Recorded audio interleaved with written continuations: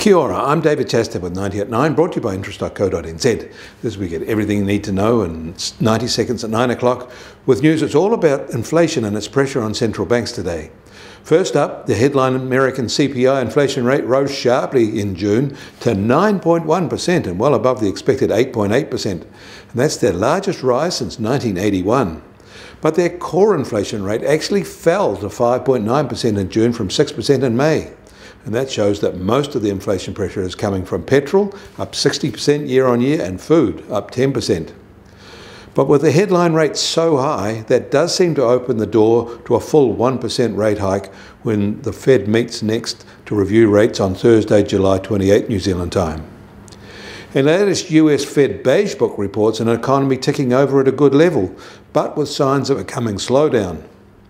And the Canadian central bank surprised markets earlier today and took the plunge with a full 1% rate hike, taking their policy rate up to 2.5%.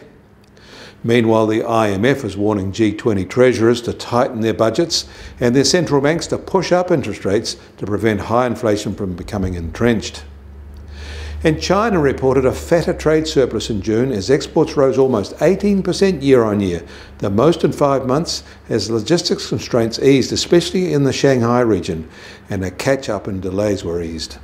Meanwhile, imports grew barely, up just 1% and far less than the almost 4% rise expected, suggesting that this June surge is really just a one-off.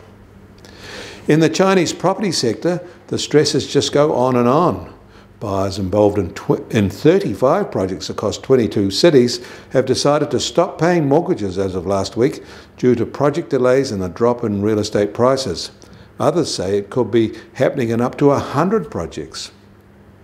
The US Treasury 10-year yield starts today down at 2.91%, another 4 basis point slip from yesterday. And the price of gold will open today at $1,740 an ounce, which is a $14 gain since this time yesterday. And oil prices are little changed, at just on $94 in the US, while the international Brent price is just under $98 a barrel. And the Kiwi dollar will open today a little firm, up from this time yesterday at 61.6 US cents. Against the Australian dollar was still at 90.6 Australian cents, and against the euro with little change at 61 euro cents. That means our trade-weighted index starts today at just on 70.6 and a minor firming.